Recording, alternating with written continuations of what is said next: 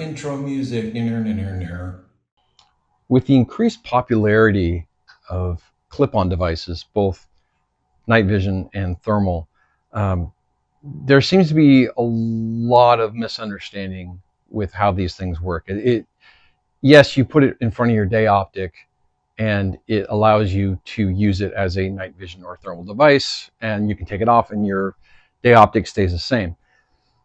What is important about these is a lot of clip-ons, they need to have some level of demagnification to make them work properly with a day optic. And the amount of demagnification correlates with the available magnification range of the optic. So, for example, if you have, say, this is a Voodoo S, this has got about 1.5 power demagnification. So when you look through this device with just your naked eye, the image itself appears to be slightly back about 1.5 times. Similar here with the UNS A3. This is kind of like a modernized PVS 22. It also has a very small amount of demagnification built in. And the reason for that is you want to maximize the field of view because these devices are designed for low power magnification. They're designed to be used in front of, say, an ACOG or an LPVO, something with the 1.5 base magnification up to maybe 6, 7, 8 power. And that's a whole other subject there. But the important point here is the demagnification. That demagnification allows you to use more of the scope magnification. If it were to, say, be 1, like no demagnification, if you were, say, looking through a PVS 14 in front of a magnified optic, it will work as a clip-on in a sense. You shouldn't do that because they're not recoil rated generally, but it will work as in you'll be able to see the full field of view at 1 power. But as soon as you start magnifying, your field of view will get restricted, and you'll be limited as to how you can use that device. Whereas as a clip-on, again, with this having about 1.5 power, you can zoom in 1.5, maybe 3.5. You get some range to work with. The thermals will tend to have a little bit less on the top end. It depends a lot about like the resolution of the tubes on the night vision as well, but optically you can usually push the night vision a little bit further. Again, this correlates with often the size of the device. Like these smaller units, they're designed to work with smaller scopes, LPVOs, even red dots to a certain degree, maybe with a magnifier.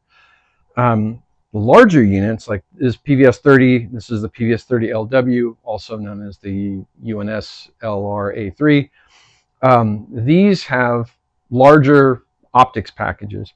They've got about 3, maybe 3.5 times demagnification.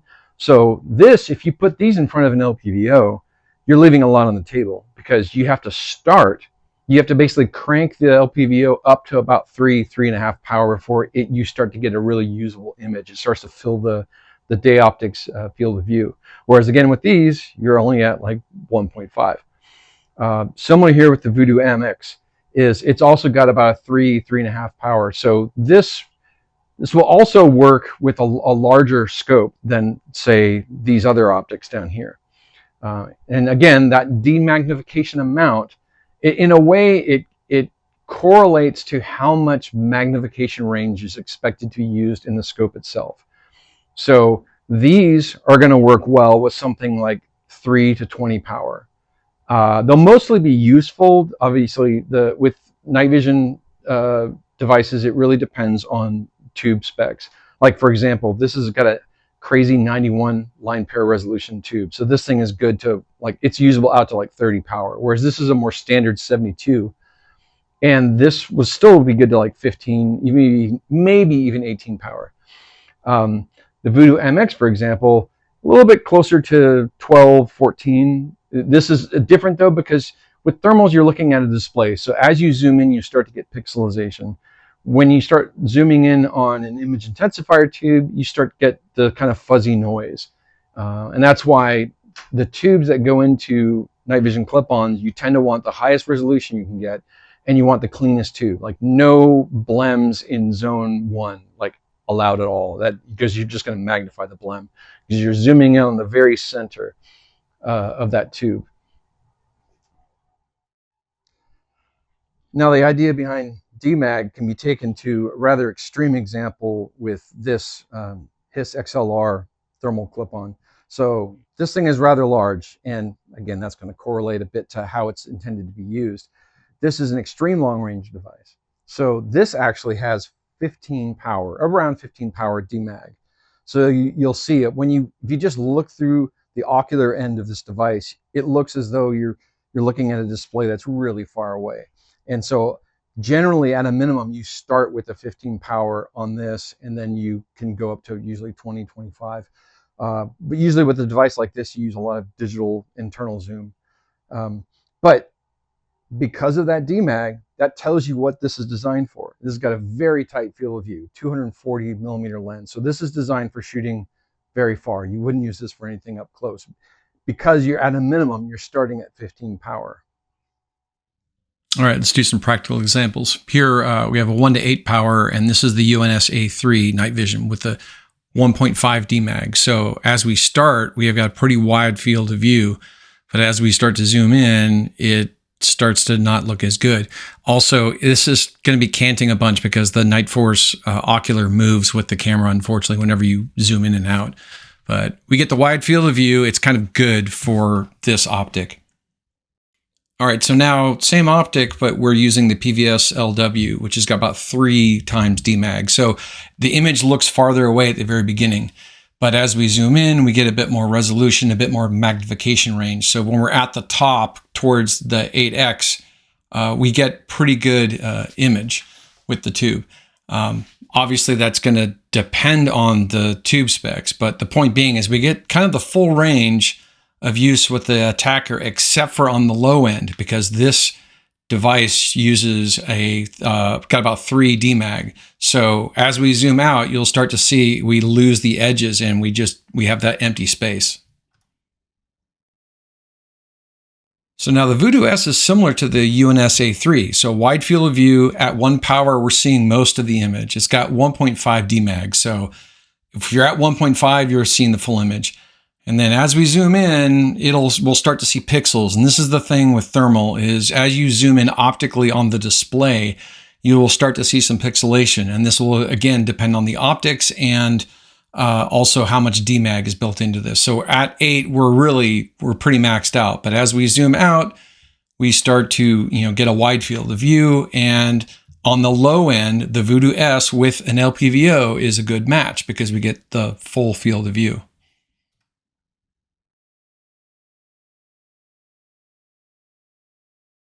Okay, still on the 1:8, but we're at the Voodoo MX, and now see how the image is further away? That's because we got the 3.5 Demag. So this is designed for higher magnification. So we're already at like 4.5 almost, and we're just starting to fill the image.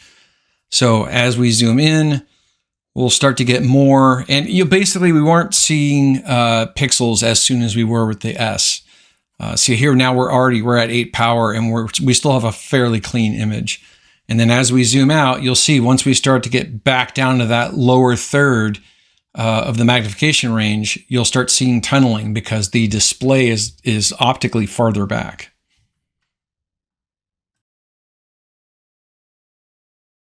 Okay, so now going back to Voodoo S, so wide field of view, but now we're in a 3 to 20 power optic. So this is 3 power. So we're already starting to see some pixelation with the Voodoo S. And there'll be no rotating this time because this is not a Night Force optic with the rotating ocular. But as you see, we're already at like 10 power now, and we're getting a lot of pixelation.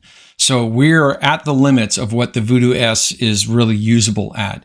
It's much better at the low end. And as you see, as we dial back down towards the bottom third, we'll start to see a better image, or a more useful image, essentially. So now we're back in with the Voodoo MX. 3.5 Demag on the low end. So with a 3 to 20 optic, it's pretty good image. Fills the screen for the most part. We just go past and now we're in. But we're also seeing much better than we were seeing with the Voodoo S at farther distances or farther magnifications. It's just a better image. Never mind that this is dark, but again, it's just there's more magnification range to work with, and on the low end, it just starts closer to 3. Okay, so back to the PVS 30LW, we're on the 3-20 optic, and so on the low end, we have a pretty good view because it's got about 3 Demags, so that matches well. And now we can go much further than we could with the UNS A3, for example. We can go all the way up, generally about 15 power. We're getting to 20, but you're getting a pretty beaten up image. The tubes kind of struggle, even though there's plenty of light in this case. But so again, this is a night vision clip-on that is well suited to this scope, this 3-20, because it matches the Demag and it's within the magnification range. So now we're going to take Demag to the extreme. The HIS XLR has got about 15 times Demag. So with a 3-20 scope on the low end, the display is really far away. And what's kind of neat is you'll notice that it's a vertical, like portrait display, not landscape sideways, because it's designed for tracking bullets in flight. But I can come into 15 power and fill the display finally. You can go up to 20, but with a device like this, it actually makes more sense to get it to 15, and then you'll see in the menu on the top, I'll start adjusting to the zoom mode and start using an internal zoom, which this will basically digitally zoom the image, which works much better for longer range. With optical stuff, as you start to zoom in quite a bit with these displays, you'll start to get some pixelation. In this case, though, again, it's designed, it's got a very tight field of view. It's designed for observing stuff very far away, but to counteract that high magnification, it's got tremendous demagnification.